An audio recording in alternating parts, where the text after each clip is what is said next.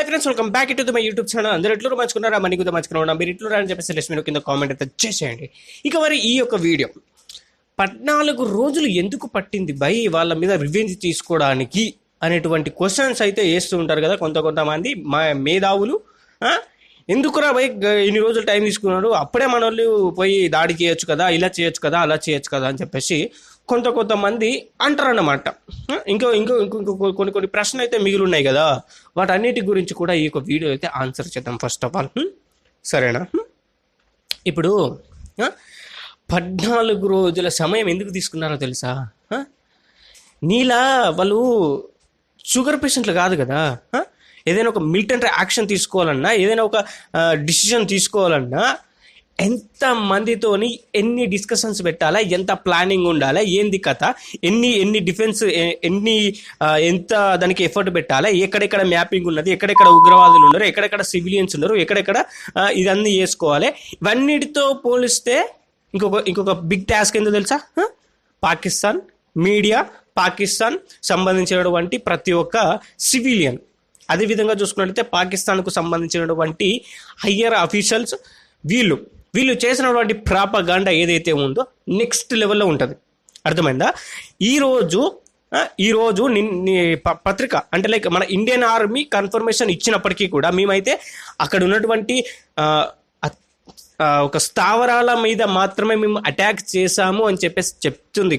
అంటే లైక్ అది కన్ఫర్మేషన్గా స్థావరాల మీద మాత్రమే మేము అటాక్ చేస్తున్నామని చెప్తే ఇక్కడ వీళ్ళు అంటే లైక్ వీళ్ళ పత్రికలో కావచ్చు, ఇంకా వేరే కొన్ని పత్రికలు ఉన్నాయి, వాళ్ళు అందులో ప్రచురించినటువంటి ప్రకటనలు అంటే లైక్ అవి ఏంటివో తెలుసా? వాళ్ళు రాసినటువంటి కథనాలు కావచ్చు, ఇంకోటి అవి ఏంటివో తెలుసా? మా మసీదుల మీద, మా ఇండ్ల మీద, మా సివిలియన్స్ మీద దాడులు చేస్తుంది ఇండియా అని చెప్పేసి రాసుకున్నారు. మరి ఎవరిది తప్పు ఇక్కడ? ఎవరిని అనాలి? ఇటువంటి కథనాలు చాలా రకాలుగా అన్నారు. పుల్వామా అటాక్ తర్వాత కూడా సర్జికల్ స్ట్రైక్ చేస్తే చెయ్యలేదని చెప్పేసి కూడా మాట్లాడినటువంటి దాఖలాలు ఉన్నాయి. లేవా? మాట్లాడలేదా? సోకాల్డ్ హిందూసే మాట్లాడినటువంటి దాఖలాలు ఉన్నాయి. లేవా? ఇంటి దొంగలే ఇంట్లో ఉంటూనే ఇష్టం వచ్చినట్టు ఆ పుల్వామా అటాక్ తర్వాత సర్జికల్ స్ట్రైక్ జరగలేదు, ఇది లేదు, అది లేదు అని చెప్పేసి మాట్లాడినటువంటి మనుషులు ఉన్నారు. లేరా? మరి దీన్ని ఎట్లా నమ్ముతారు పోయి? నాకు అర్థం కాకడుగుతా. దీన్ని నమ్మరు. అర్థమైందా? అర్థమైందా? దీనికి ఇది జరగలేదు. ఈ యొక్క ఇన్సిడెంట్ అన్నది కంప్లీట్గా హిందువులే చేపించి హిందువులే మీదే మళ్ళీ ఇలా చేపించారు, అలా చేపించారు అని చెప్పేసి మీరు చేసేటువంటి ప్రాపగండా అయితే ఇలా తయారవుతుంది అనమాట. అర్థమైందా? 14 రోజుల సమయం అనేది తీసుకున్నారంటే అది షార్ట్ టైం పీరియడ్. ఇంత తొందరగా రియాక్ట్ అయినటువంటి దేశం ఇంకొకటి ఉండదు. అర్థమైందా?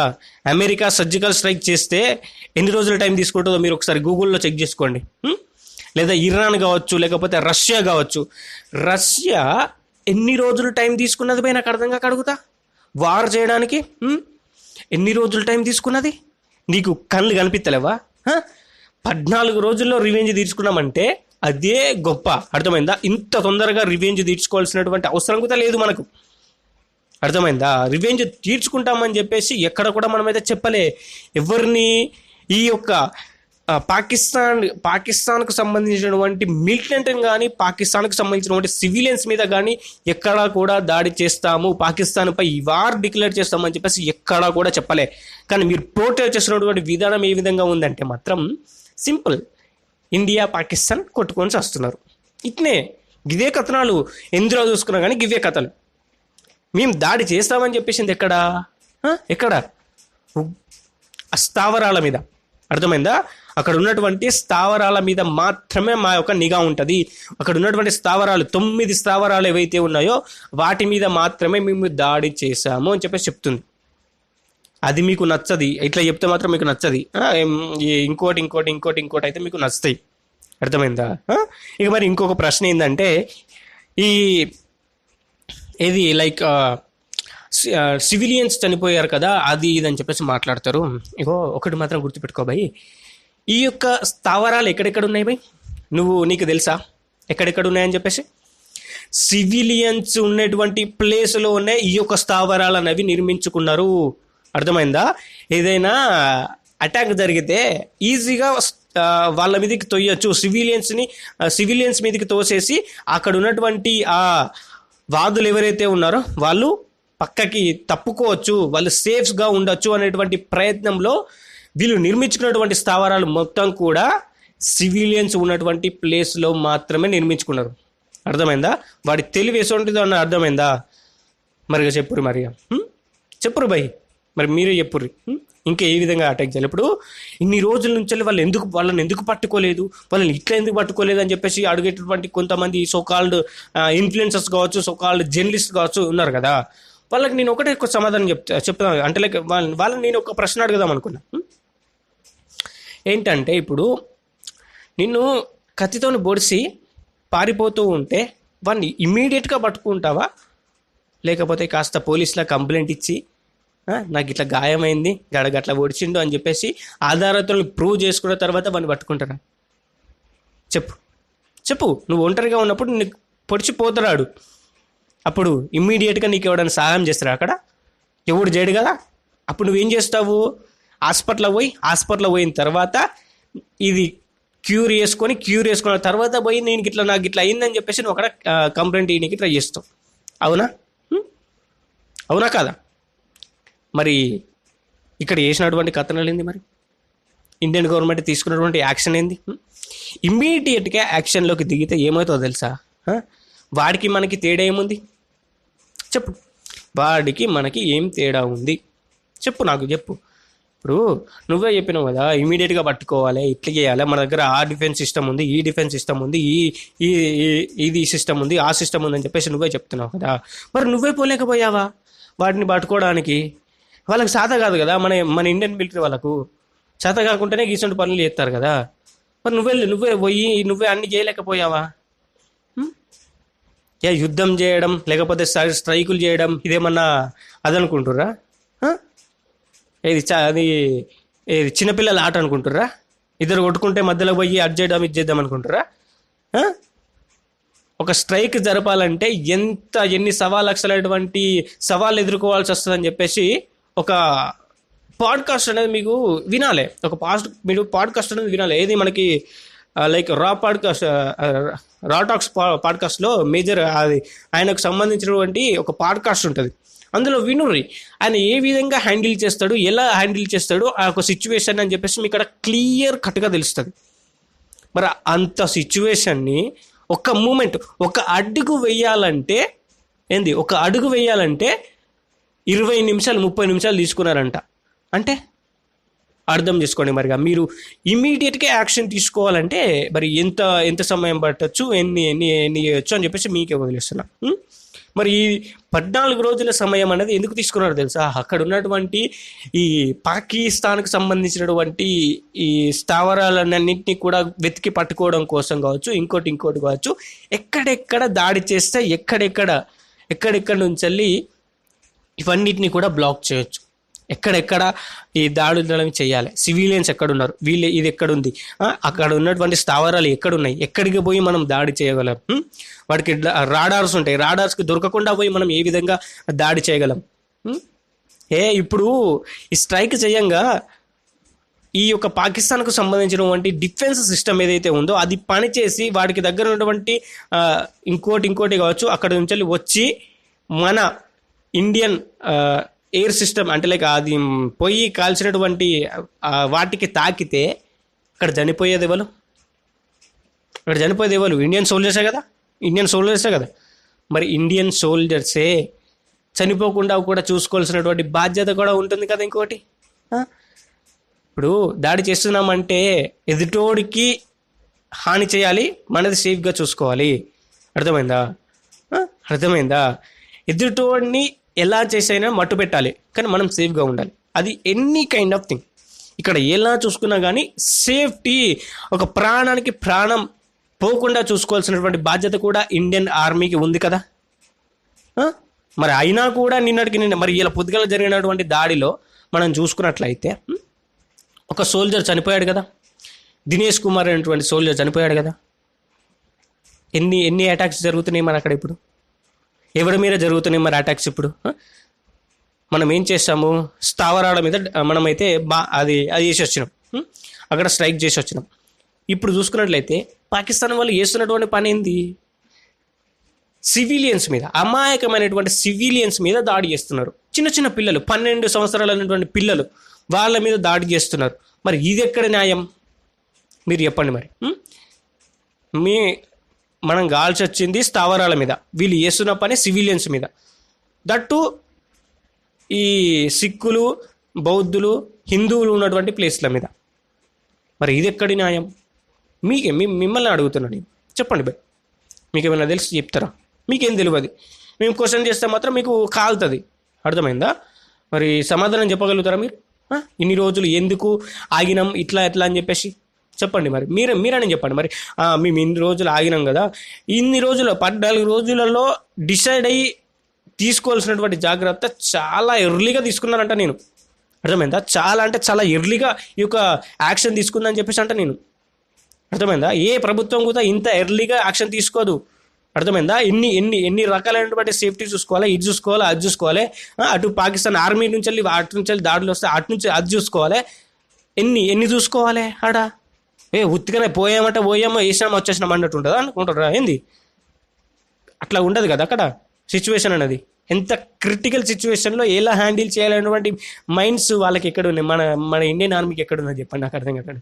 వాళ్ళకి లేకనే కదా గిసోటి గిన్ని రోజులు పట్టింది. లేకపోతే అప్పుడే పోయేసి వేసేవాళ్ళం కదా. మీరు ఉండాల్సిన వాళ్ళే భయ్, మీరు ఉండాల్సిన వాళ్ళు. వాళ్ళని ఎందుకు పట్టుకోలేదంటే మాత్రం కిందకే మరి ఇట్నే ఉంటుంది. ఇప్పుడు కొన్ని చోట్లకు పోవడానికి కూడా అందులోకి ఎంటర్ అవ్వడానికి కూడా ఛాన్సెస్ అనేవి ఉండదు. డ్రోన్స్ పోయినా కూడా అందులోకి పోవడానికి కూడా ఛాన్స్ ఉంటుంది. అక్కడ ఉన్నటువంటి పరిస్థితులు అలా ఉంటాయి. మరి అలాంటి సిచ్యువేషన్స్లో అందులోకి పోయి మరి వాళ్ళని పట్టుకోవాలంటే ఎంత కష్టమవుతుంది? మీరే చెప్పండి. మీరు చెప్పండి భయ్. అది మన చిన్న బార్డరా?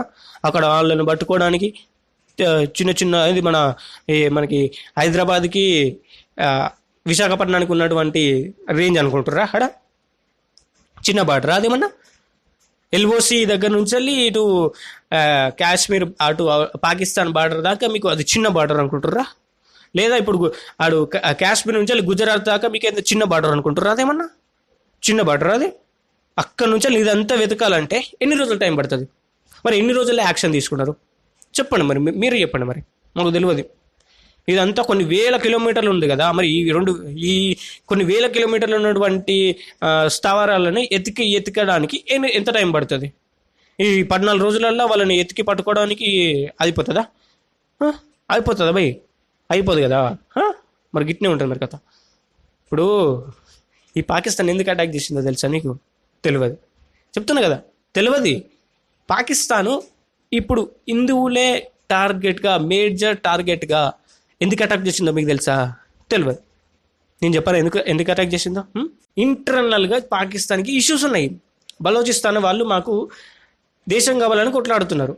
ఇటు సింధు ప్రాంతంలో అంటే లైక్ మనం చూసుకున్నట్లయితే ఇప్పుడు ఉన్నటువంటి ప్లేస్ ఏదైతే ఉందో ఈ పాకిస్తాన్లో ఒక సింధ్ అనేటువంటి ప్రాంతం అయితే ఉంటుంది. అంటే లైక్ ఈ యొక్క సింధు నది మనకి వస్తుంటుంది కదా, అక్కడ డ్యామ్ అనేది కడుతున్నారు. ఆ డ్యామ్ కడితే సింధు ప్రాంతంలో ఉన్నటువంటి వాళ్ళకి ఎవరైతే ఉన్నారో వాళ్ళకు చుక్క నీరు కూడా రావు. ఆ డ్యామ్ కట్టకుండా ఉండడం కోసం అక్కడ మాకైతే సపరేట్ దేశమే కావాలని చెప్పేసి వాళ్ళు పోరాడుతున్నారు. ఇంకొక వైపు తాలిబాన్లో ఇటు నుంచి అటాక్ చేస్తున్నారు. అర్థమైందా? మరి ఇన్ని ఇంటర్నల్ ఇష్యూస్ ఏవైతే ఉన్నాయో ఇవన్నిటిని కూడా కలపాలంటే ఏం చేయాలి? ఇక్కడ మేజర్ ఇన్సిడెంట్ ఏదైనా ఒకటి జరగాలి. ఏం జరగాలి? ఇండియా మీదకి అటాక్ చేయాలి.